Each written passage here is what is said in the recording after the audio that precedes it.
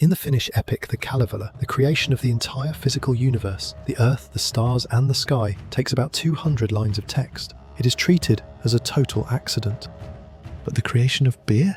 That takes nearly 400 lines. Why did these ancient people care twice as much about brewing as they did about reality itself? The answer isn't just about getting drunk.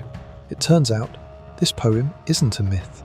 It's a coded survival manual for capturing wild yeast. And if you follow its instructions today, you can still brew the exact same beer. But to do it, you have to understand why they failed before they succeeded.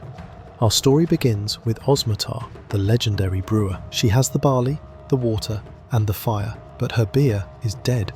It refuses to ferment. Desperate, she uses magic. She rubs her hands together to create a white squirrel and commands it to run to the forest. She tells it to climb the magic pine tree and bring back cones. She believes the evergreen life force of the tree will wake up the beer. The squirrel returns. Osmotar adds the cones to the cauldron, but nothing happens. The text says the beer remained cold and lifeless. This wasn't just magic gone wrong. It was science gone wrong. Pine resin contains terpenes, chemicals that are actually antimicrobial. By adding the cones, she didn't just fail to start fermentation, she actively killed any wild yeast that might have been there. The squirrel was a mistake. Osmotar tries again. She creates a Gold-Breasted Marten. This time she wants power.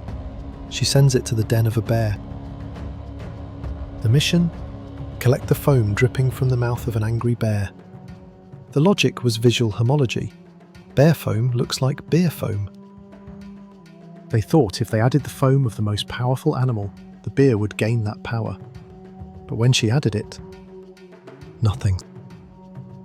Bear saliva contains amylase, an enzyme that breaks down starch, but it has zero yeast. Violence and strength cannot create life. Finally, Osmotar turns to the smallest creature. She sends a bee to a flowering island to fetch pollen. This changes everything. The bee returns with pollen. The moment it touches the liquid, the poem says the fermentation was instantaneous and violent. The barrels overflowed. The beer came alive. Why? Because the bee is nature's perfect biological delivery system. Bees carry wild yeast in their nectar. And pollen? Pollen is a nitrogen bomb, a superfood that yeast needs to reproduce. The poem wasn't a fairy tale. It was a microbiological protocol. To make beer, you don't need the strength of a bear. You need the invisible magic of the flower. This is why the Kalevala spends 400 lines on beer. For these people, the earth was just the stage, but beer was the performance. A recurring miracle that had to be engineered, protected and respected. A technology of joy in a cold world.